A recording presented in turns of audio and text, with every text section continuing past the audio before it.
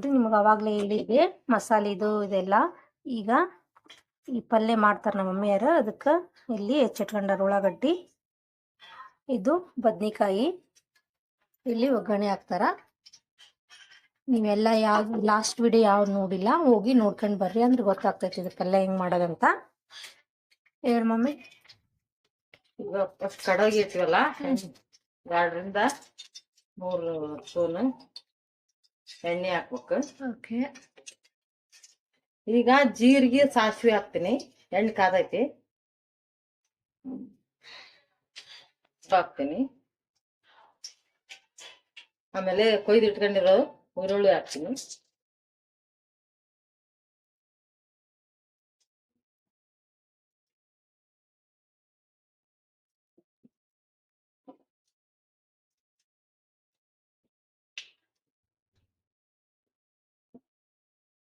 ಸ್ವಲ್ಪ ಫ್ರೈ ಆಗ್ಬೇಕು.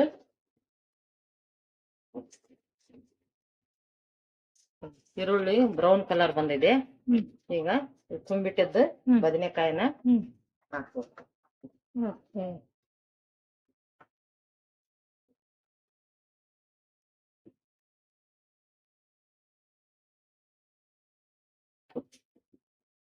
ಮಿಕ್ಸ್ ಮಾಡ್ಬೇಕು ಚೆನ್ನಾಗಿ. ತೆಗಿ ಇನ್ನೊಮ್ಮೆ ಎಣ್ಣೆಗ ಗುದು ಅನಿಸಿ ಸ್ವಲ್ಪ ಗುದು ಅನ್ಬೇಕು ಎಣ್ಣೆಗ. ಆಮೇಲೆ ಇದಿಷ್ಟು ಹಾಕ್ಕೊಂಡು ಸ್ವಲ್ಪ ಮ್ಯಾಲೆ ಮುಚ್ಚಬೇಕು. ಹುಗಿಗೆ ಬೆನಿಬೇಕು. ಇದು ಇವಾಗ ಮುಚ್ಚಾರ್ರಿ, ಸ್ವಲ್ಪ ಹುಗಿಗೆ ಅಲ್ಲೇ ಬೇಯ್ಬೇಕಂತೇವು. ಇದು ಅದರದ್ದೇ ಮಸಾಲ. ಇದು ಹೆಂಗ್ ಮಾಡೋದು ಅಂತ ನಮ್ಮ ಮಮ್ಮಿಯರಾಗಲೇ ಲಾಸ್ಟ್ ವಿಡಿಯೋದಾಗ ಹೇಳಾರ. ಅದನ್ನ ಹೋಗಿ ನೋಡಿದ್ರೆ ಗೊತ್ತಾಗ್ತೈತಿ. ಇವಾಗ ಫ್ರೈ ಆಗೈತಿ. ಇನ್ನೊಂದ್ಸಲ ಫ್ರೈ ಆಡ್ಸ್ಬೇಕು ಸ್ವಲ್ಪ.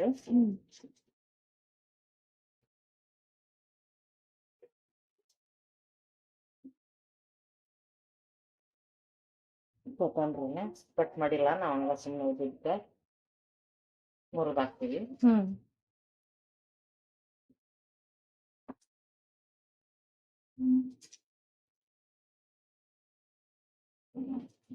ಆಮೇಲೆ ಸ್ವಲ್ಪ ನಮ್ಗೆ ನೀರ್ ಎಷ್ಟು ಬೇಕು ಅಷ್ಟು ನೀರ್ ಹಾಕ್ಯಂಡು ಸ್ವಲ್ಪ ಕುದಿಸ್ಕೋಬೇಕು. ಇಲ್ಲಕ್ರ ಹಣ್ಣು ಹಾಕಿ ಕುದ್ ಬಿಡ್ತಾವು. ಆಲೆ ಒಂದ್ಸಲ ಫ್ರೈ ಮಾಡಿರ್ತೀವಲ್ಲ, ಹಂಗಾಗಿ ಸ್ವಲ್ಪ ಕುದಿಸ್ಕೋಬೇಕು ಇದನ್ನ ಬದ್ನೆಕಾಯಿನ. ಎಲ್ಲಾ ರುಚಿಗೆ ತಕ್ಕಷ್ಟು ನಮ್ಗೆ ಎಷ್ಟು ಬೇಕು ಅಷ್ಟು ಹಾಕಿ ಆಲ್ರೆಡಿ ಹಾಕಿವಿ. ಈಗ ಏನು ಹಾಕಂಗಿಲ್ಲ, ಉಪ್ಪು ಹಾಕಂಗಿಲ್ಲ, ಏನು ಹಾಕಂಗಿಲ್ಲ. ಎಲ್ಲಾ ಆಲ್ರೆಡಿ ಈ ಮಸಾಲೆಯಾಗ ಎಲ್ಲಾ ಹಾಕಿ ತುಂಬಿರ್ತೀವಿ. ಅದನ್ನ ಬೇಕಂದ್ರ ಜಾಸ್ತಿ ನಮ್ಗ ಗ್ರೇವಿ ಬೇಕಂದ್ರ ಇದನ್ನ ಹಾಕ್ಯಬಹುದು. ಇಲ್ಲಪ್ಪ ನಮ್ಗ ಎಷ್ಟ ಗಟ್ಟಿಯಾಗಿರ್ಲಿ ಅಂದ್ರ ನೀರ್ ಕಡಿಮೆ ಇದ್ದು ಹಂಗ ಇರ್ಲಿ ಅಂದ್ರ ಹಂಗ ಫ್ರೈ ಇದ್ದಂಗಂದ್ರ ಹಂಗ ಇರ್ಲಿ. ಒಂದ್ ಸ್ವಲ್ಪ ಹೆಸರು ಅಂದ್ರ ಅನ್ನದಾಗ ಊಟ ಮಾಡಕನ ಬರ್ತೈತಿ. ಹಂಗಂದ್ರ ಇದನ್ನ ಸ್ವಲ್ಪ ಜಾಸ್ತಿ ಹಾಕಿದ್ರ ಚೆನ್ನಾಗಿರ್ತೈತಿ, ಟೇಸ್ಟ್ ಇರ್ತೈತಿ.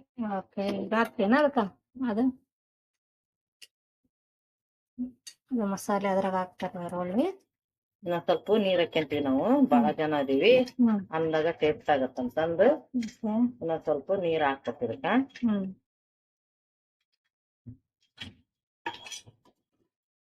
ಚೆನ್ನಾಗಿ ಮತ್ತೊಮ್ಮೆ ಇದು ಕರಗ್ಬೇಕಲ್ಲ ನೀರಾಗ, ಹಂಗಾಗಿ